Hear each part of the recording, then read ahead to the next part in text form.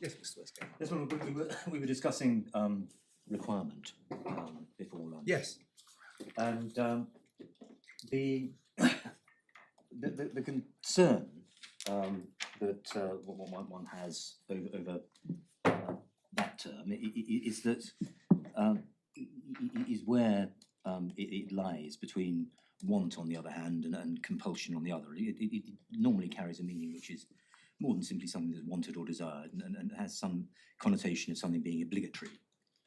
Very often it will, we accept, involve cases where there's been some kind of communication, but the whole point about the exercise that the court is being asked to embark upon here is one where there has been no evidence of any discussion, and so the court has to decide what inferences, if any, are proper.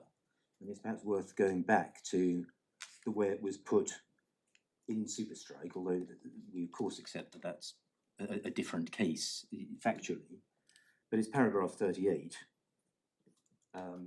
which is page 301 of the bundle, the authorities bundle that is.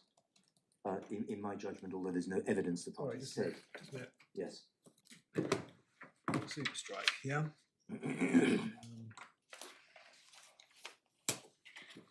Paragraph 38. Paragraph 38, page 301.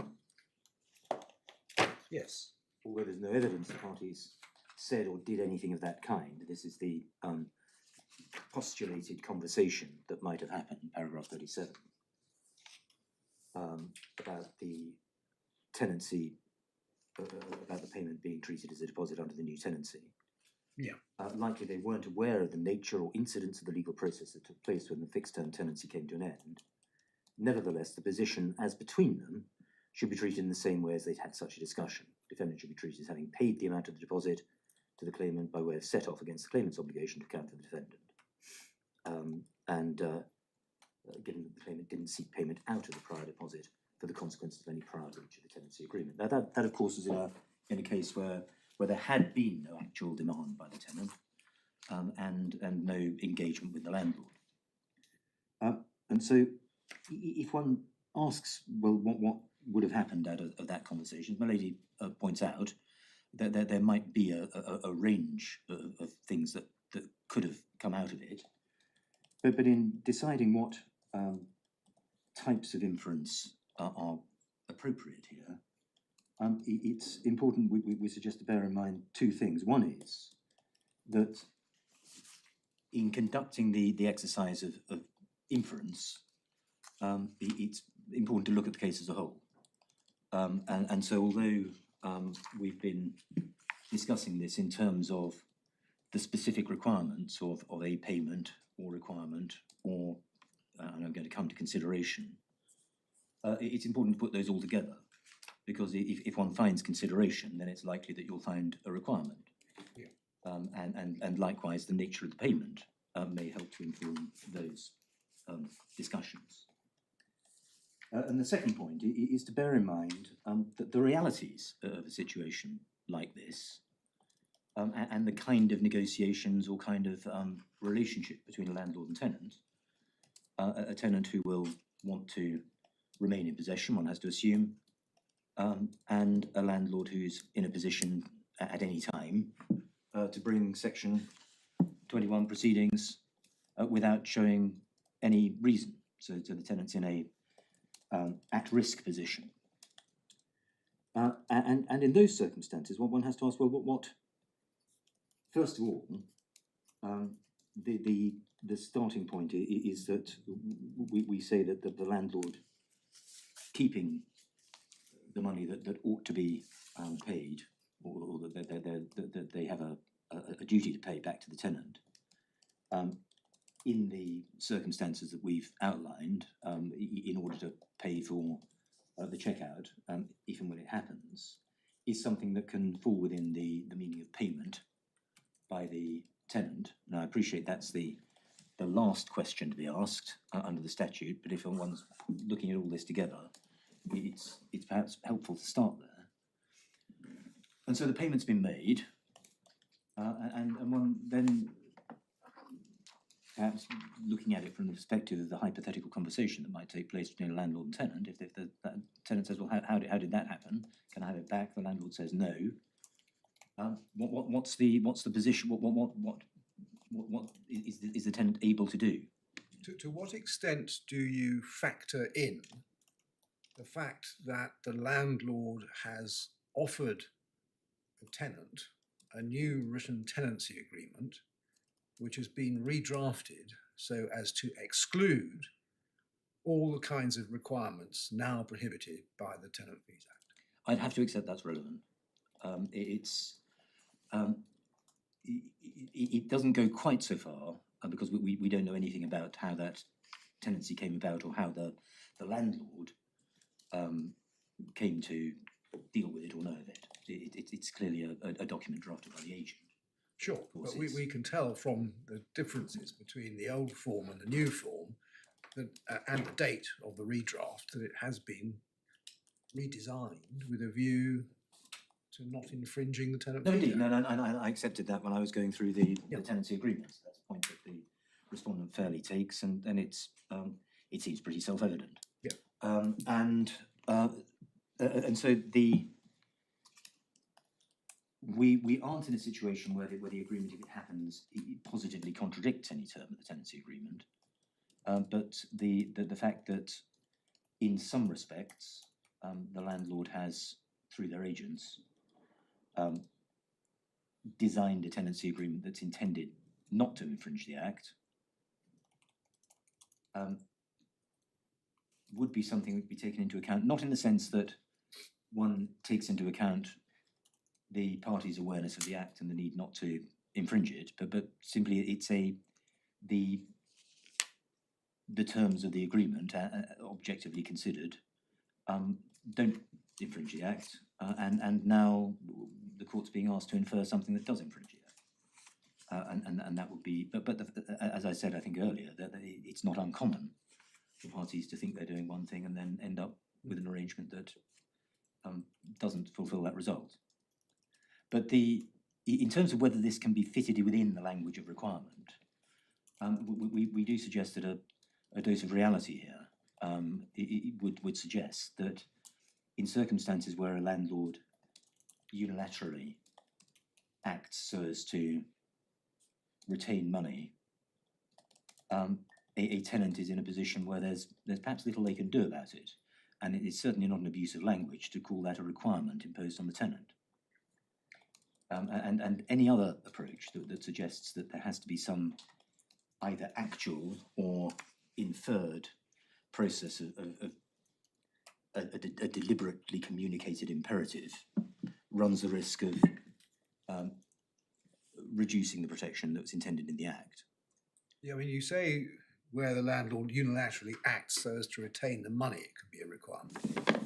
The landlord didn't act here. The landlord did nothing. Just well, it's the landlord certainly kept the money. The fact that an Act may suggest something more active and positive, but again, the difficulty we have here is that the landlord, we don't know what the landlord says about it. No, I mean, quite. for all we know, understand that. the landlord did think that that's what they were doing, but we just don't know. And it's something for the district judge to decide if the matter gets remitted. As I say, These were inferences he was asked to draw, were they? No, they weren't. But the way it was put was on the basis that So it seemed to be argued on the basis of superstrike. It was. And once the district judge had said, no, I distinguish superstrike, that was the end of the case. Exactly. And we say the district judge ought to have realised that there was potentially at least more to it than that, and that rather than just saying, well, superstrike is an end of the matter, that the exercise in inference ought then to have gone and recognised that that was an important distinguishing feature, but not that it was decisive. The remaining element, and what I say is that these things do have to be all considered together, is whether the payment can be regarded as being in consideration, in this case of the grant of the tenancy. it probably doesn't make any difference if one analyses it instead under 6.1d and says, well, the question is whether this is a part oral, part written agreement, and the question is whether it's a term of the tenancy agreement. But we put it on the basis of 1.6a, and I'm not going to try and argue it. Well, it's difficult to say it was a term of the tenancy agreement. Well, when one reflects that the reference to tenancy agreement is to an agreement for the grant of the tenancy rather than the tenancy itself, and so it comes back to the point I raised about what really is the difference between 1.6a and 1.6d in a grant case. But I'm content just to deal with it on 1.6a. I've made my submissions about whether one is stuck with, as it were, strict legal consideration. Yes. I'm assuming that strict consideration is required here.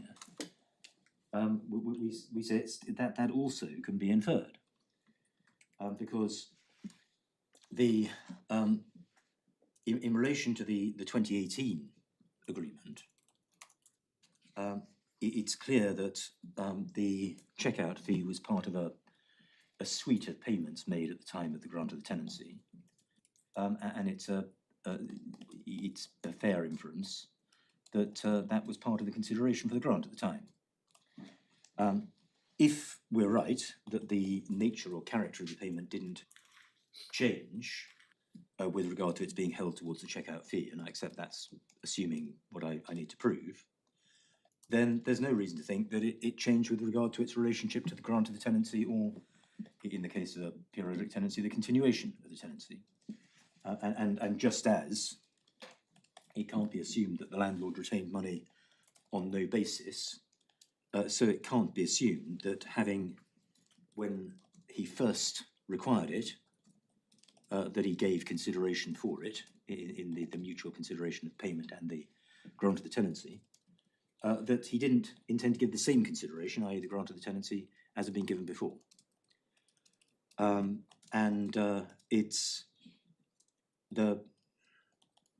It's important, of course, to recognise that the question isn't to be posed here, well, what would have happened if the £144 hadn't been paid? Would they still have granted the tenancy? There can be many reasons why someone, or there can be multiple strands to consideration, and it's sufficient here that there's one of them. It doesn't need to be exclusive. It doesn't need to be but for, in terms of causative effect. So, if we're right about the mechanism, if I can call it that, of retention, purpose for retention, obligation to repay, then it's a realistic inference that it's at least part of the consideration for the grant of the tenancy, however one chooses to interpret consideration.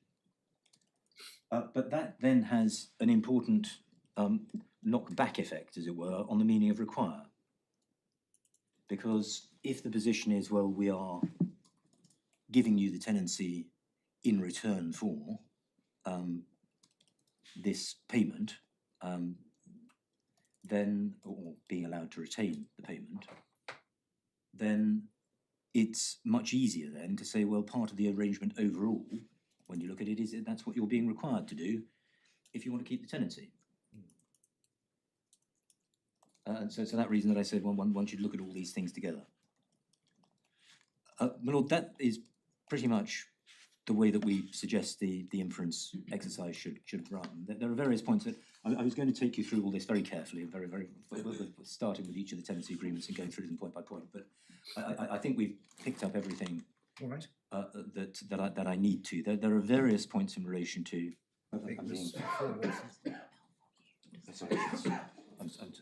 I'm told there's an email. It's. Would you bear with me? It hasn't come through. Can you give me one second? Oh, no, I'm coming to that. Yes. So I don't think I need to go through the individual elements of the tenancy. I think I've covered most of those points. There are various points about whether the payment was to the landlord and so on. But I think I've probably said enough on that. And if you're so the only remaining point is there was an issue raised in the court below about, or certainly an issue that the judge identified in granting permission, about where the burden of proof lay. We accept that this isn't a case where a tenant can simply say there was a payment made in the past before the Act came into force and therefore the burden shifts to the landlord. And this is particularly relevant in relation to the admin payments.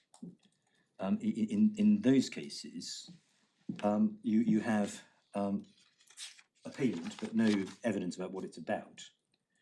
And in those circumstances, we do suggest that, again, the landlord had an opportunity to explain, and there was an evidential burden to explain what the nature of those payments was, because on the face of it, they were payments that are subject to the same analysis as the checkout fee, in that they were payments in respect of something that hadn't happened, and where we didn't know what happened to them after that. And so it's something where you said very fairly a few minutes ago that the district judge wasn't asked to draw the inferences that you say he should have gone on to consider. No. Well, if that wasn't part of the case being advanced by the tenant, why should the landlord have thought it necessary to explain anything? Well, it was part of the case that those payments were breaches of the Act. Right. But the argument wasn't further developed on the basis there was no real evidence about what the nature of those payments was, and then there was the district judge didn't make a ruling on whether or not he said that it was for the appellant to establish on the balance of probabilities that there was a breach of the Act, and what he ought to have done is say that the landlord ought to have explained what those payments were, given the evidence that there was before the court, and in the absence of that evidence, then it would have been open to him to draw inferences. But all of that would be something that would be dealt with by the judge on remission, if the court were to remit the case. Yes. My Lord, I don't think, unless there's anything else that you wish me to deal with. I mean, have you dealt with the point that Miss Grell wanted you to raise? Oh yes, that was the burden point. Yes. Oh, right. All right. Unless there's anything else. Thank you very much. Yes, Mr. Decker.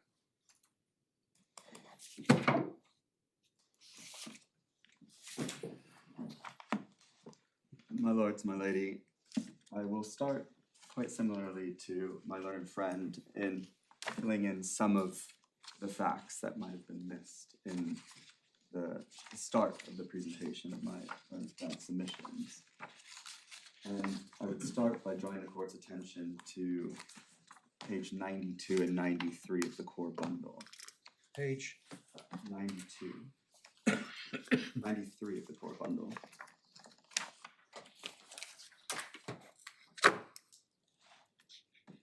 Yes. This is the Is it a defence? tenant's defense, yes.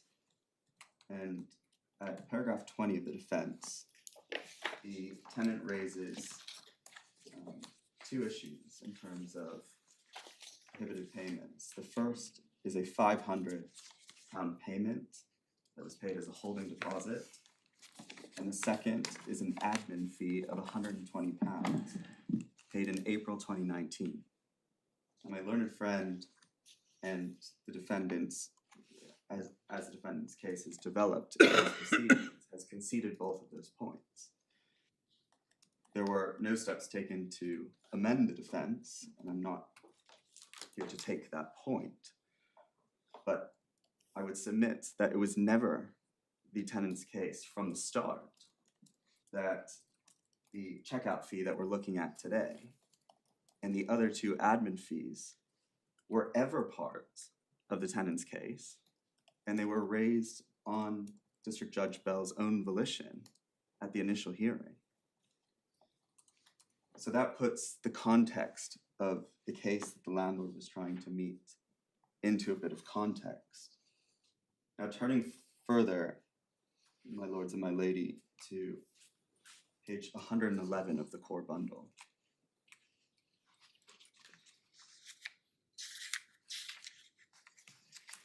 But once the district judge had raised the point, wasn't it part of the case? Yes, my lord, I'm not taking the point. I'm just setting out the procedural history of where these points came from, and that they I can sort of. see how that might have some relevance to the question of whether or not you should have produced some evidence to answer them, because you weren't anticipating that any complaint would be made about these particular payments. That's the point, is it? Right, my lady, and the same with the inferences that this court is now being asked to draw were not raised at the last hearing, and so the landlord never had a chance to meet that case. Looking at page 11 of the core bundle. 11 or 111? 111. Yeah. Apologies, my lord. At paragraph 5, little paragraph C. This is a defense to a Section 8 claim that was brought in 2022.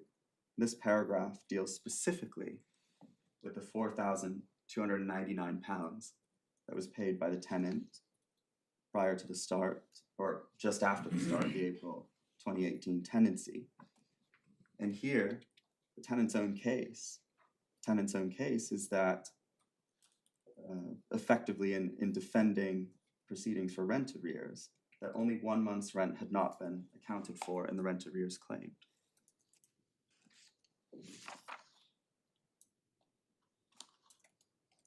Now turning to... How does that fit in? Sorry, I'm being a bit slow. How does that fit in with the unpaid monies or the paid monies that was to be now due from the landlord to the tenants? It's a sort of Henderson point where you would have expected it to be Oh, raised right. at this point. Again, I'm not taking that point, but I'm just contextualizing how this case has developed over the last few years, where sort of at the last and every hearing there's new points. My lords and my lady, if I could take you to page 119 of the core bundle.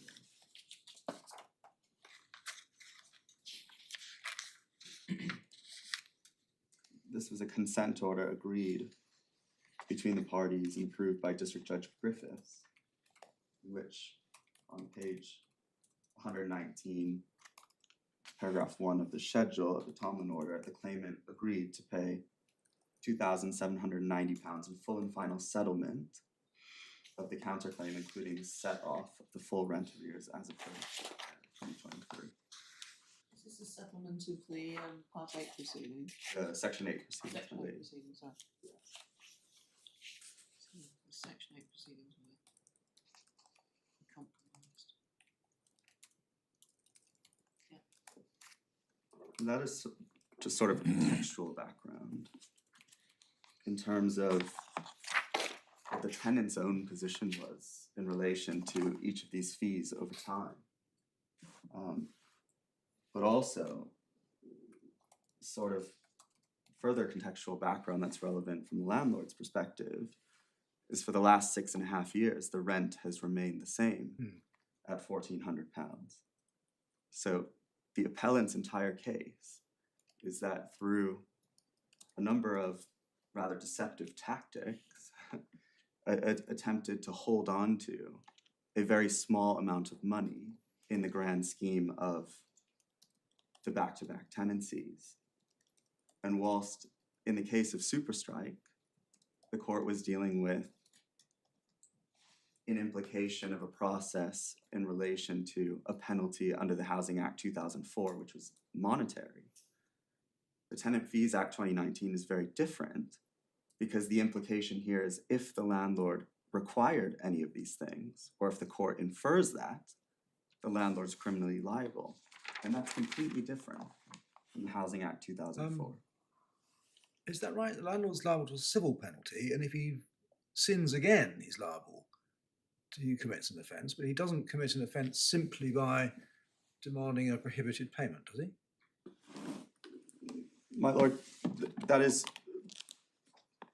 partially right. If I draw your attention, the court's attention to the relevant provision in the Tenant Fees Act 2019.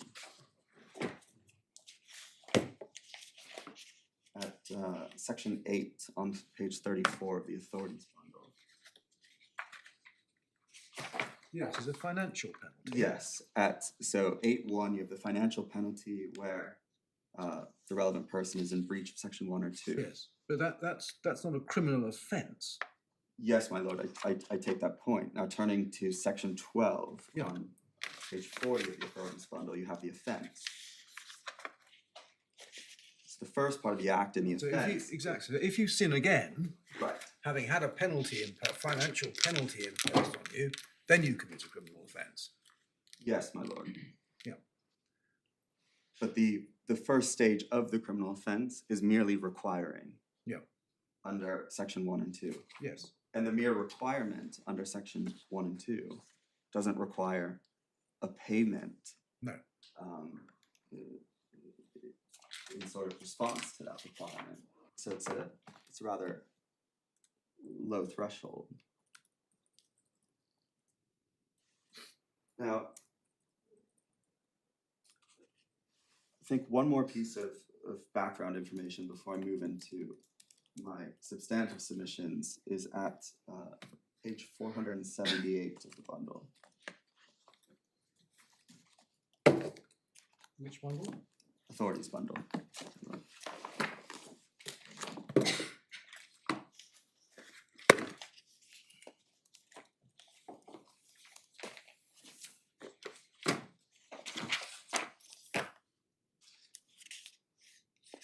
It's part of the government consultation paper.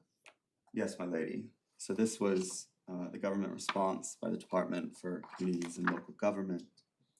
And on page 478, you'll see at question 23 that agents were asked what fees they charge tenants. The average fee at the start of a tenancy was £238 per tenant. In addition, some agents charge a renewal fee, an inventory fee, and a checkout fee. 1% of the agents that responded to this question stated that they charged no fees to the tenants. Now, just at the second to last paragraph of the page, it says, as part of the response to the consultation, the DPS found that 78% of landlords say that they either don't charge fees or simply just pass on the costs of referencing credit checks or other costs in general.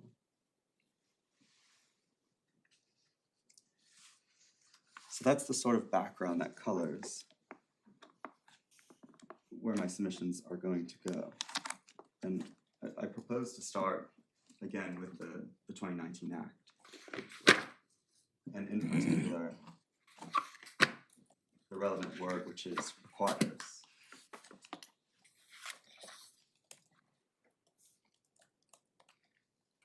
If I could draw the court's attention to page 47 of the authorities bundle.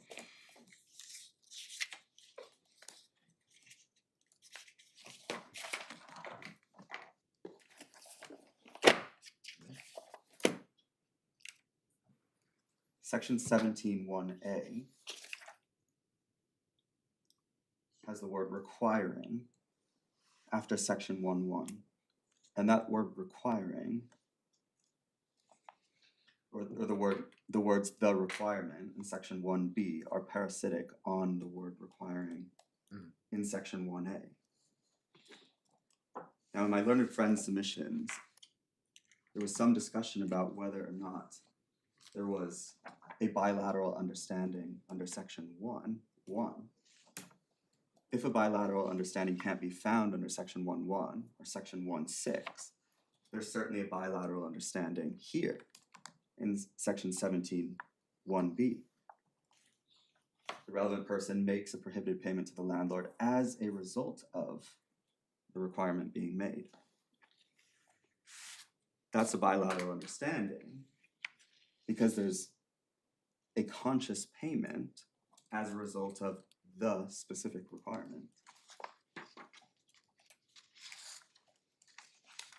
Now, my lord raised the point as to why section 17(1)(a) might be limited only to the application of landlords and not payments required by letting agents or landlords to letting agents. And it might be the case where, for example, you have ostensible authority. Well, I can see why it doesn't apply to payments prohibited by section 2 because the landlord, for all we know, might not know what his letting agent's charging the tenant. But it's more pertinent to inquire, why doesn't it apply to breach of section 1 subsection 2, where the landlord requires a relevant person to pay somebody? It's a third party. It's the landlord doing it. He knows he's made the requirement to pay his brother. Yes, my lord, and perhaps in a situation of ostensible authority where it's the requirement is imposed on the landlord as the landlord making that requirement, but it's still being paid to the letting agent, would be a scenario where that wouldn't be ideal under the provisions of the Act because of the criminal liability that's attached to it. And I don't see why criminal liability potentially down the line shouldn't be attached just as much. If the landlord says make a payment of an unlawful deposit or whatever it might be to me, and he says make a payment of an unlawful deposit to my brother-in-law instead of me. I mean, the situation is exactly the same, the mischief's exactly the same, the prohibition should be exactly the same. Like my lord, I'm sort of rather scratching my head as to why that shouldn't be, but it doesn't actually matter. The answer to that really doesn't matter for the purposes of today's case, does it? no, it doesn't, my lady. It was sort of an aside. Yeah. But I think if I as agent require the tenant to make if I as landlord require the tenant to make a prohibited payment to my agent, that I would have thought counts as a payment to the landlord. The agent is standing in the shoes and place of the landlord. well, I guess that my lord is part of the interpretation of the Act. I would submit, because in this case you have a letting agent who by their very nature is an agent of the principal. Yes. And the drafters of the 2019 Act specifically separated these two individuals, where you have the section 2 cases and the section 1 cases. Well, that's what letting agents must not do. Right, but you also have the section 1-2 separation, which is the requirement by the landlord where there's a payment to a third party, which could include a letting agent. And Well, it's a very narrow construction of landlord. What if the landlord says, pay the money into my bank account? Well, it's not my money, it's the bank's money. The bank may owe me an equivalent amount on the balance, but it's not my money. yes, my lord, I do take that point, but just bring it back to this case. For example, let's say on the appellant's case, for hypothetical's sake, a tenant paid 5 weeks of rent and a penny to the landlord's agent, the letting agent. Neither party cast their mind to that penny over the 5 weeks rent, and therefore it was a prohibited payment.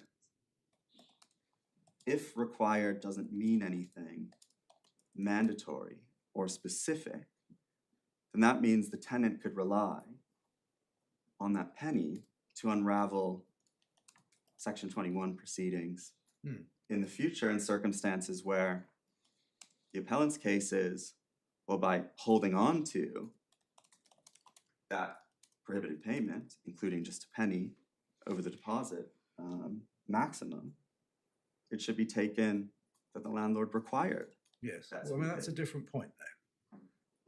You were concentrating on the meaning of the landlord, I think, when we started this little discussion. Yes, I entirely understand your point that there is no requirement. right. And I want to come back to the word require. Yes. And the importance of that.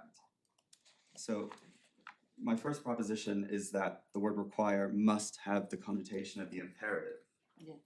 Something that's demanded as compulsory rather than what is optional or merely accidental or unintended. To require is to take a positive intentional step in causing something to be necessary for a particular purpose. Anything short of mandatory is not required, it is merely optional. Now, I say there's 4 reasons to interpret the word require in this way. The first is that's the plain and ordinary meaning of the word require. It's not passive, it's conscious, both in terms of the act and its ends. But secondly, in the 2019 Act, if I could draw the court's attention to page 26 of the Authorities Bible, the court may find some assistance in section 1(7) of the Act. For the purposes of this section, a landlord does not require a relevant person to make a payment, enter into a contract, or make a loan if the landlord gives the person the option of doing any of those things as an alternative to complying with another requirement imposed by the landlord or letting agent. So in this case, a requirement that's an option to discharge another requirement doesn't fall within the scope of this act. And my third reason for interpreting the word require in this way is, as I previously mentioned, there is some criminal liability attached to the act of requiring under the 2019 Act, even if the requiree does not act on the requirement. So under section 8(1), you have the civil financial penalty, which merely requires the requirement. Well, then under there's section- a civil financial penalty, being accurate about it, as my lord has pointed out. There is a civil financial penalty which flows, but what flows from not paying that penalty is potential criminal liability. So the requirement may be the first stage in the process, but the real mischief is the penalty, the financial penalty. Well, the section 12 offense, my lady, in order to cross the threshold of committing the offense, first the person has to breach section 1 or 2. I know, So require. but you're conflating the two stages, and I don't think you need to. And the point isn't necessary for your point about what's meant by requirement anyway. I take the point. My fourth point for why the word require should be interpreted in this way is that in the event of there being ambiguity as to what the word require means, then the principle against doubtful penalization applies. Yeah. And in that regard, we'll take the court to page 157 of the Authorities Bible.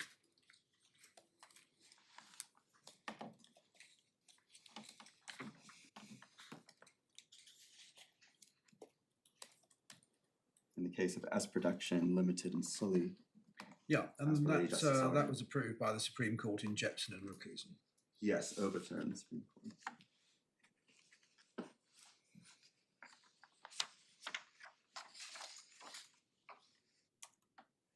Yes.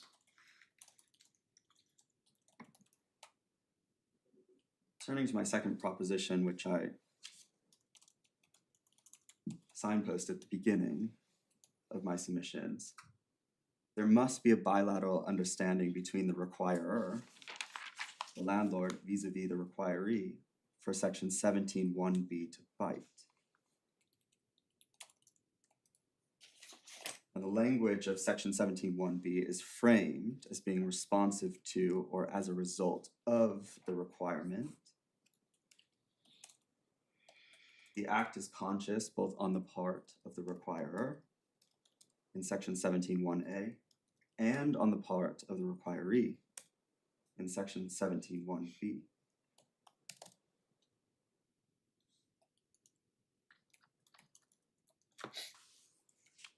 Now, with those two propositions in mind, I turn to my responsive submissions on my learned friend's case. First proposition they raised was the obligation to pay the checkout fee arose at the expiry or sooner determination of the tenancy, The tenancy did not require an advance payment, and it did not quantify the amount to be paid. And my question is, well, who required this initial payment then? Because if there was no quantity in the tenancy agreement, and indeed the landlord required it to be paid on the appellant's case at the expiry or sooner determination of the tenancy, if it was paid earlier than that in a fixed amount, it wasn't the requirement of the landlord. It's common ground that the payment was paid to the letting agent's account, and that it was the letting agent who requested it or required it. But it was paid notably on the 14th of April 2018, and that date's important because it's the first day after the commencement of the very first tenancy. It's not before. So these fees were paid the first day after the commencement of the tenancy. They were not paid in accordance with the requirement under the tenancy agreement. They were paid via another requirement.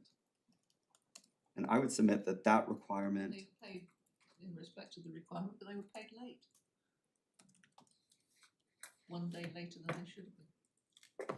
My lady, I would submit that That's the common sense of looking at it, I would suggest. the requirement was found in the tenancy agreement itself. And there was no obligation to pay it at any point sooner than the determination of the tenancy or its expiry. So why does it matter if it was paid a day after the tenancy agreement then? Because that payment is not being made as a result of the landlord's requirement, but something else. An option. If there's no time for payment specified in the tenancy agreement, then why is it optional if you pay it on day 1 or we pay it on day 13 or day 56? Sorry, I don't follow this argument at all. I'm being very slow. The crux of the appellant's case is that there was no obligation for the tenant to pay the checkout fee up front. And that, by that very nature, it was a conditional payment as a result of that, because it was held on condition of a checkout taking place Later. at the expiry or the sooner determination of tenancy. Oh, I see. So the argument is you're saying if their case is they didn't have to pay it because it was in relation to something that was going to happen much later, then the fact that they did pay it can't have been compulsory. Is that the point? Yes, my lady, it couldn't have been. I'm just trying to understand the point. It couldn't have been compulsory by the landlord because his requirement was set out expressly in the tenancy agreement as to when that payment ought to have been paid. Right, I must say I wonder about that. Even when Mr. Westgate was making his submissions, I mean, this is clause 521.1, page 101, the supplementary bundle, which strikes me as being a bit ambiguous, to be perfectly honest. Pay the cost of a checkout, listing all the fixtures and fittings in the premises and the condition thereof at the expiry or sooner termination of tenancy. One possible reading is that at the expiry or sooner termination of the tenancy does not attach itself to the obligation to pay, but attaches itself to the condition at the expiry of the tenancy, because that's what's being checked. Yes, my lord, I do take that point, but it's the appellant's case that that is when the payment was due. So I'm simply responding to the appellant's construction of that clause, which is that the obligation to pay never arose until the expiry sooner determination of tenancy. So any payment prior couldn't have been pursuant to that requirement. It must have been pursuant to another. So your point is, if it was paid when it wasn't required to be paid, it can't have been a requirement. Yes, my lord, and that sort of echoes the section 1.7 point, which is if there's a requirement as an option to discharge another liability or requirements, then that itself can't be a prohibited payment. Because it's, by its very nature, it's optional. The tenant could have said, I don't have to pay it yet. On my own case, it's not payable until the checkout takes place. So there's a sort of much simpler argument in my submission for the appellant's case. If the checkout fee was paid at the commencement of the tenancy as a conditional payment, then that payment itself was a security for a future obligation and was therefore a deposit. There's a sort of very simple argument in all of this, which is more than 5 weeks of the rent was taken as a deposit. But that's not the case that's advanced. Now, the obligation under the tenancy agreement is not to pay a security or a deposit for this obligation. The express terms are clear as to how much money is taken as a deposit. The obligation under the tenancy agreement is to pay this cost. So my submission, paying a security for a cost that has not yet been incurred on the appellant's case, can't possibly be the requirement by the landlord under that tenancy agreement. Point. So that has to do with initial payment. Turning to my second point on subsequent payment.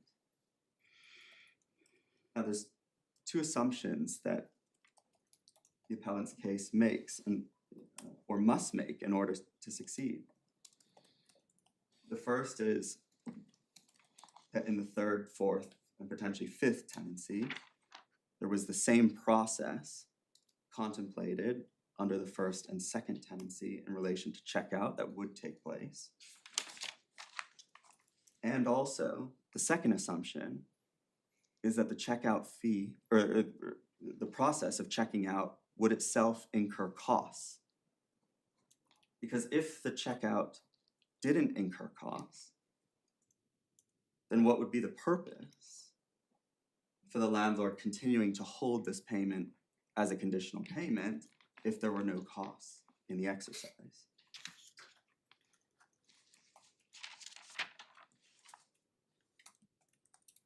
If I could turn the court's attention to page 51 of the supplementary bundle. Of which bundle?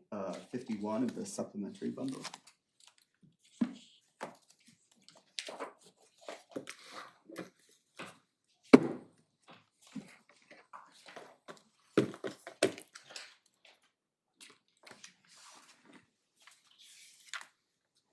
Which agreement are we looking at?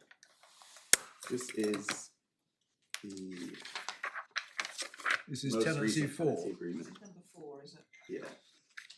2022 agreement. Yeah. So my learned friend drew the court's attention to the definition of inventory of contents and schedule of condition. That inventory of contents and schedule of condition is in relation to the inventory and schedule that's due to take place at the start of the tenancy. If I could draw the court's attention to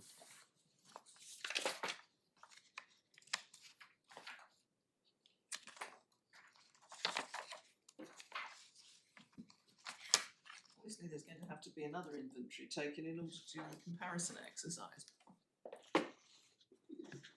well, yes, my lady, that is No, it's not spelt out, but I mean, a sort of reasonable expectation that you would imagine, but if I draw the court's attention at page 58 of the supplementary bundle, at clause 1.48, little paragraph 5. This is the only reference in the entire tenancy agreement to the quote inventory checkout. Now I would submit that an inventory checkout is very different than preparing an inventory of contents and schedule of condition. And going back to the assumptions that the appellant's case has to make in order to succeed, that is, the inventory checkout would itself incur costs, I would submit that this court should not make that inference. How can it be done without incurring costs? Practical terms. In practical terms, it would be done in the way of the landlord going themselves with a copy of the inventory and schedule of condition. And the inventory checkout is merely seeing if everything's in good order and if everything's there. And Well, indeed, it might be one of the services that the agents agree to prepare in return for their percentage of the rent, which they collect for management services, yes, my lord. And without additional costs. It's just part of the service. yes, my lord. And that would make sense, especially in circumstances where the express clauses of the tenancy agreement change at the behest of the letting agent, managing agent, who's in charge of it from the very beginning. Now, just in support of the proposition that this court should be slow to assume that the process of an inventory checkout would incur costs, I would draw the court's attention to page 59 of the supplementary bundle. This is clause 2.3.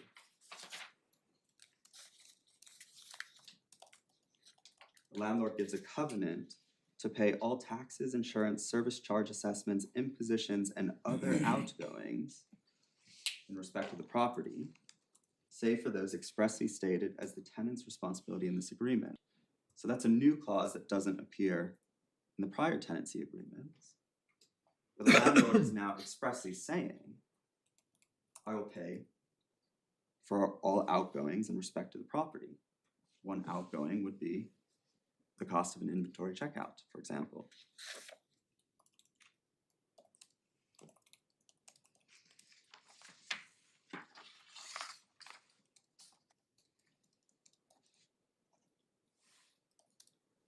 If I may direct the court's attention to page 430 of the authorities bundle.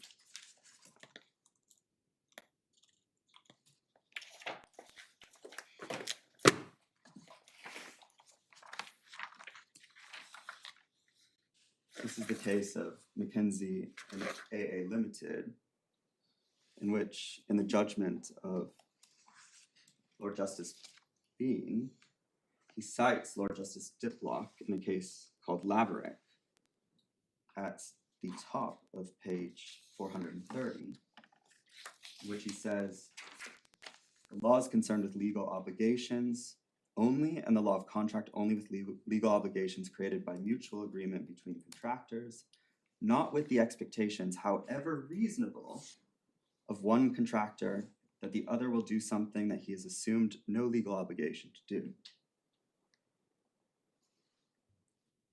And it goes on at page 431, in which Lord Hoffman, from a case of Lion Nathan Limited, is quoted at the top of page 431. It is well settled that the court will assume that the defendant would have performed those obligations in the way least onerous to himself. All this makes perfectly good sense when damages depend on a prediction of how the defendant would have performed outstanding contractual obligations, which gave him a choice of what to do.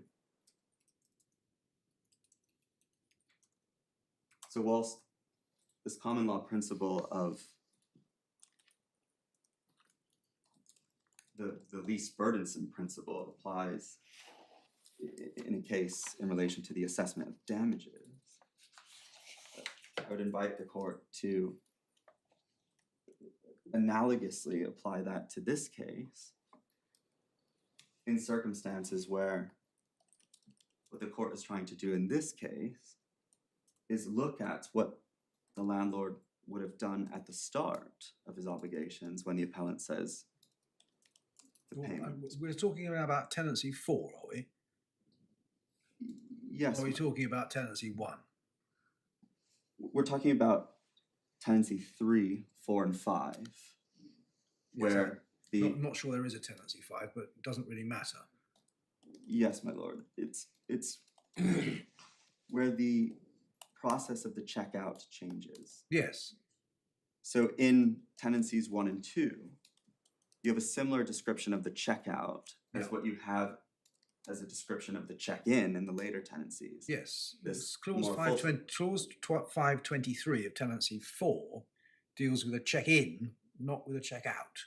Yes, my lord. As you rightly said, the only obligation referring to a check-out is the tenant's obligation to return hard TVs and all the rest of it to the hiring company. Yes, my lord.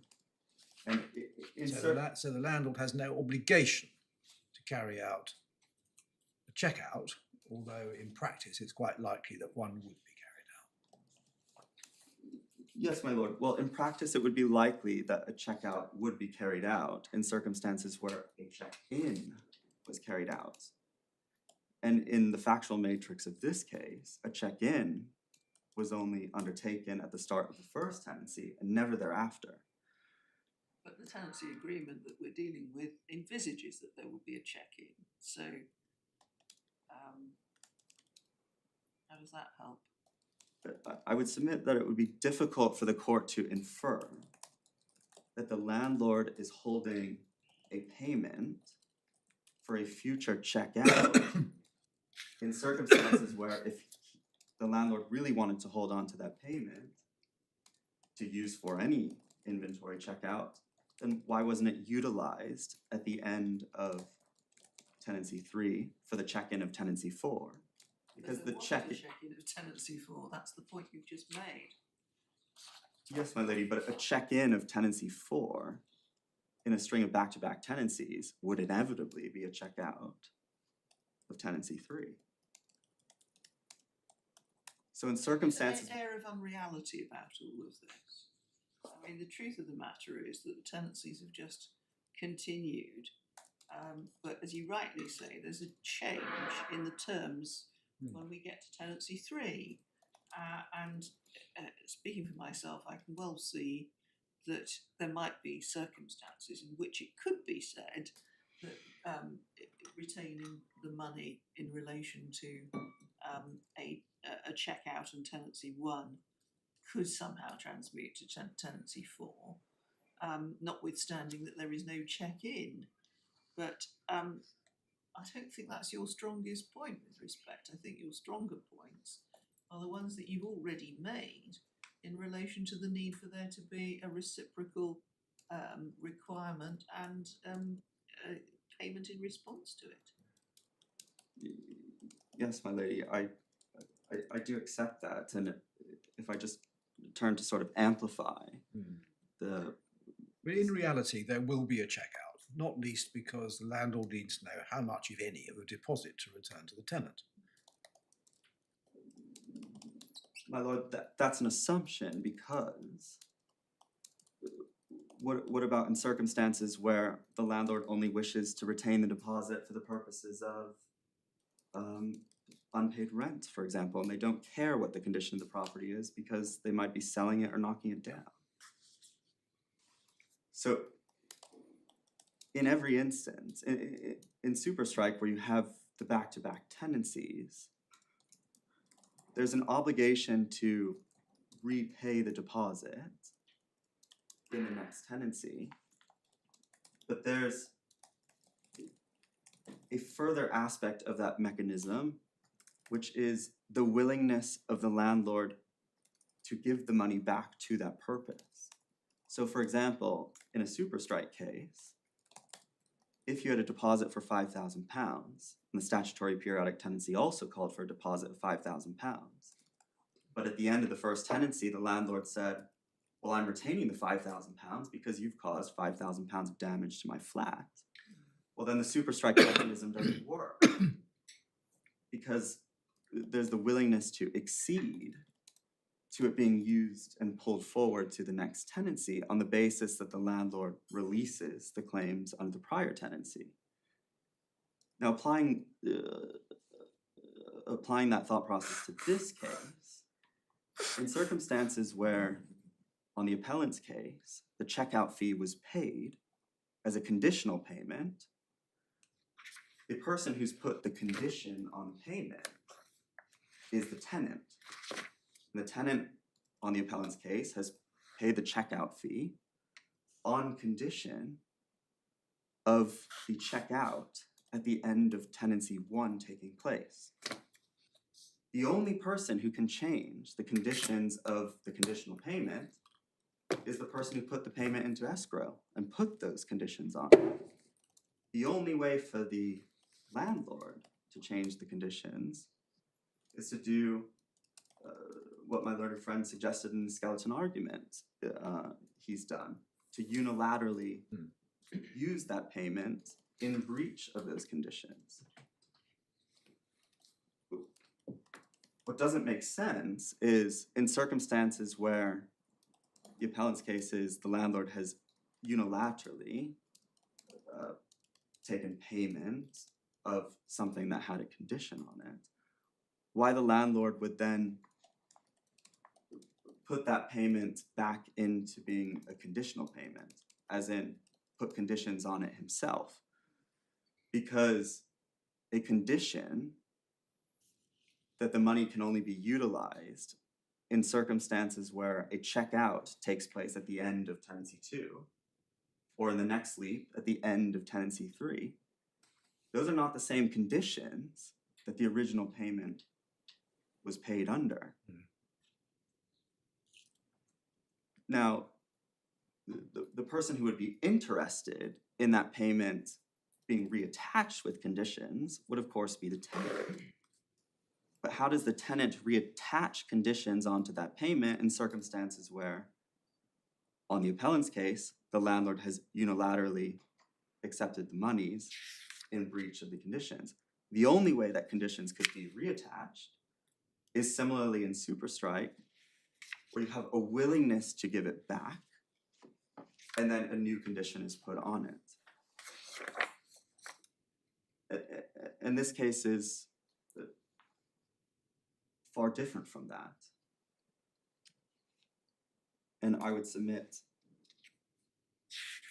that even if the payment was conditional, which I don't necessarily accept, but even if it was conditional, then the tenant might have an action in debt for the fact that the payment hadn't been dealt with in accordance with its original obligations that were attached to it.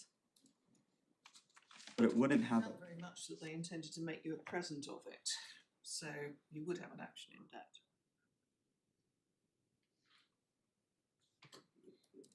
My lady, apologies, I missed. I said I doubt very much that when the tenant made this payment, which was intended to cover a checkout fee, intended to make a present of it to the landlord or intend the landlord to keep it. Therefore, he would have an action in debt, which he hasn't actually pursued. Yes, my lady, and that was a point that was brought up by the district judge. It doesn't appear in his judgment. But he said, whilst the tenant may have this action in debt, that doesn't stop the landlord from serving a Section 21 notice because it hasn't been pulled forward through all of these tenancies. Indeed, the unwillingness of the landlord to give it back, and in the case of superstrike, if you had a landlord unwilling to give back the £5,000 hypothetical deposit, then the superstrike mechanism wouldn't bite, because there would have to be a resolution of who's entitled to that £5,000 under the first tenancy before it could possibly pass on to the second tenancy, because as soon as it passes on to the second tenancy, the landlord has relinquished its rights under that payment.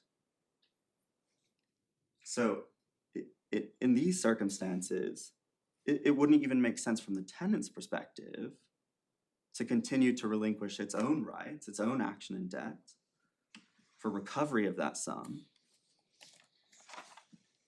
in circumstances where it's saying it was owed back these sums. And that applies equally to the checkout fee as it does to the admin fees. It really doesn't matter what either of these fees are used for. In circumstances where the tenant is arguing each of these fees has been rolled forward through 4 tenancies over 4 years and through the threshold of the 2019 Act coming into force. If the tenant is asserting that each of these payments had conditions attached to them, then it's for the tenant to plead what those conditions were and why they weren't satisfied, and how new conditions attach to each of those payments, because otherwise you don't get past the first tenancy. The tenant wouldn't be able to reapply new conditions to these payments unless there was a willingness of the landlord to give that money back to the tenant for the tenant to dispose of it as they like.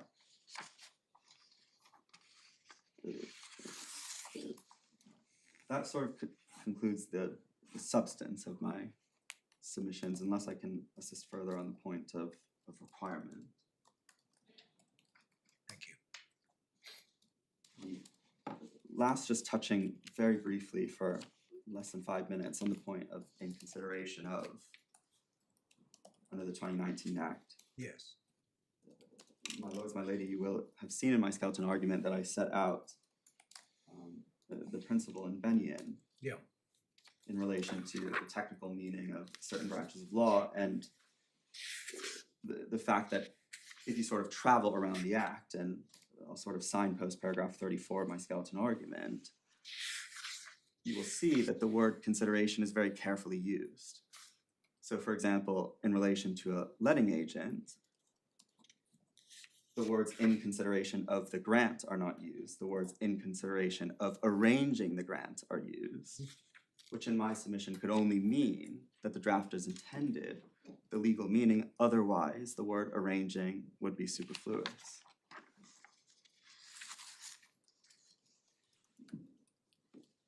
In the same way that I made submissions in relation to the attachment of conditions, the sort of same principles apply to if these payments are being used in, quote, consideration of the grant of each subsequent tenancy. Well, if they've been used as fair consideration for the grant of the first tenancy, then how is there any residue from that consideration to use in relation to the grant of the second tenancy? Or even if there was a sort of partial residue where you're using some of the consideration for the grant of the tenancy and some of the consideration as a security for the obligation to pay a checkout fee at the expiry or sooner determination of the tenancy, in circumstances where the tenancy doesn't prescribe the amount to what that inventory checkout contemplated might cost, then how does the court fairly balance, well, how much is used for consideration, how much is used for security for the obligation of the checkout? And after you've gone through consideration for the grant of the tenancy is the rental payment, and you just deduct the rent.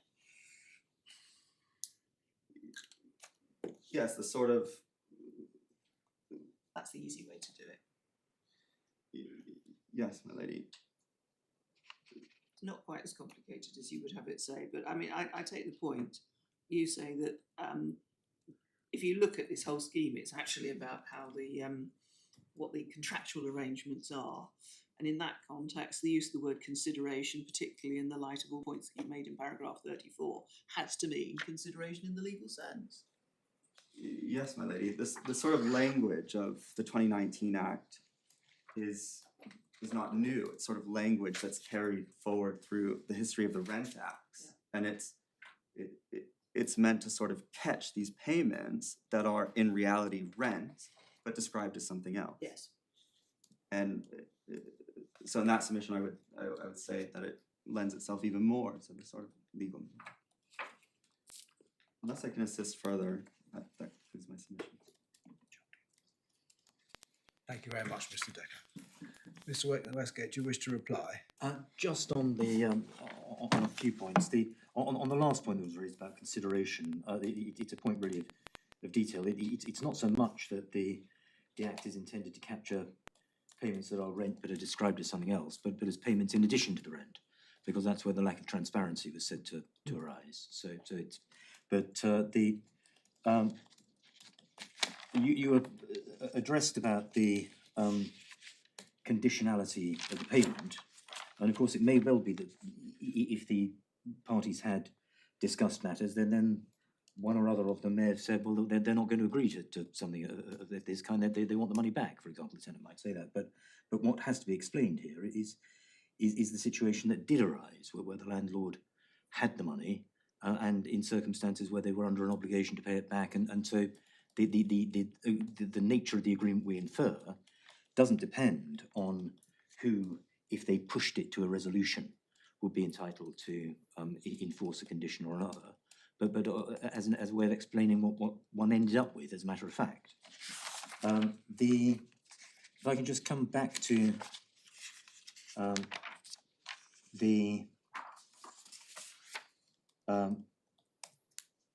question which has perhaps been the one which was identified as being the core point about the meaning of requires, and whether there's a bilateral understanding has to be in place in order for there to be a requirement and payment in consequence of it. It was suggested in submissions that that needs a bilateral understanding that requires a conscious payment as a result of the requirement, but that, with respect, isn't what Section 17 says. It says that the payment's got to be as a result of the requirement, but that's a matter of causation, rather than requiring a particular method of, rather than requiring particular conscious deliberation by one party or another. And you were invited to hold that require not only involves a positive intentional step, but that it has a connotation of mandatoriness. And while we don't necessarily accept that the word require is always that strong, our submissions fit perfectly well within the idea that requirement does include that level of mandatoriness, but the meaning of the word require is one thing. The question here is whether that can be inferred rather than there being positive evidence of some deliberation and some deliberate communication of a mandatory requirement. And as a matter of principle, the requirement, or whatever the meaning is to be given to that term, is something that can be inferred from all the facts. And the submissions, to an extent, we suggest, miss their mark in a case where the case is based on inference, because if one, the whole point about a case based on inference is that one doesn't have evidence of that kind of conscious deliberation, but one can infer that it happened nonetheless, or one can infer that that standard is met nonetheless. The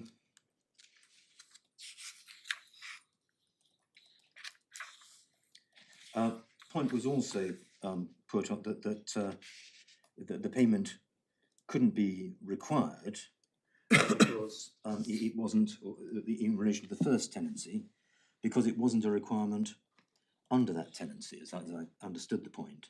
And that then led on to a point made by my Lord Justice Lewison about what the tenancy agreement, first tenancy agreement, actually meant.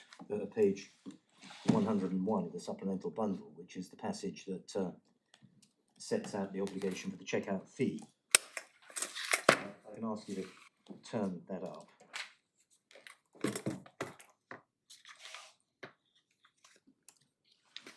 Sorry, Lord, I've got to enter a password before I get onto it.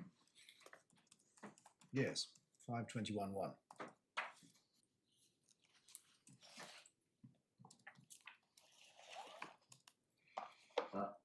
can't open it at the moment, but the point I want to make is that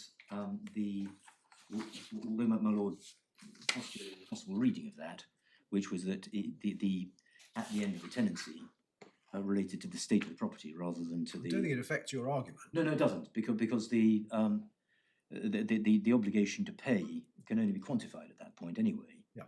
And so it still has to be a conditional payment.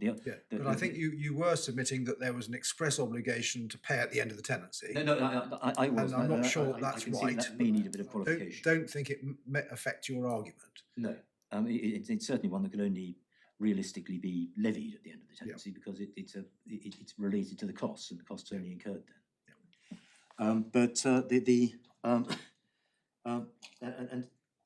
And as to the argument that the payment can't be required because it wasn't an obligation in the tenancy at the first stage in 2018, at the first stage of our argument, although we've analysed it on the basis that there was a requirement to pay at that point, it perhaps wouldn't necessarily, it's not a necessary step in the reasoning because the payment was paid for a particular purpose at that point. But without prejudice to that, the fact is that if there is a requirement, it doesn't have to be in the tenancy, and the fact that the landlord asked for it, as must be inferred, must mean that there was a requirement at that point. But even that's all irrelevant to your argument because whatever the landlord did at the time of the first tenancy was perfectly lawful. Your point depends on the purpose for which the payment was made, plus its retention into the terms of the third and the fourth. Yes. My Lord, I think that was everything apart from one point.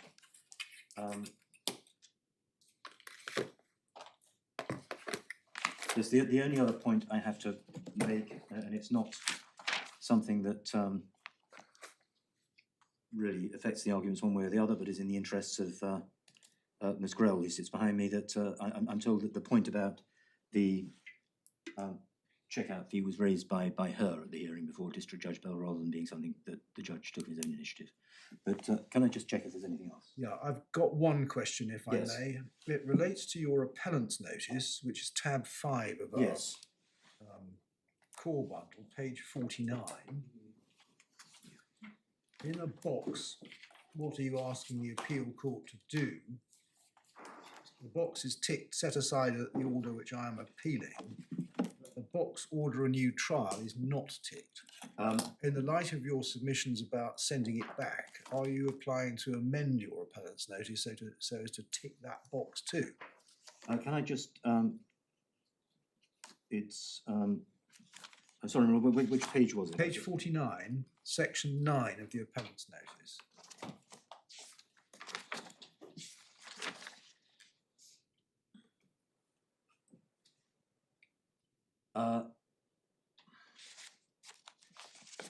It's yes, because if the order's set aside, then it won't automatically go back. So yes, we would need to amend to seek an order that the case be remitted to the district judge. Mr. Decker, do you have any objection to that amendment? No, my lord. Right, we'll grant you permission to amend the appellant's notice in those terms. Well, thank you both very much for your very economical arguments.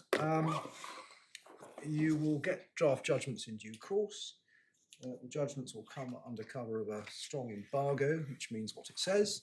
It will be your opportunity to correct our English, but not our reasoning. And we would hope, in the light of the draft judgments, you will be able to agree an order disposing of the appeal. If you can't agree the terms of the order, then please make short written submissions and we'll make the order that we think is appropriate. The future hands down of the finalised decision will be remote, and therefore there will be no need for any further attendance. Thank you. Thank you all very much.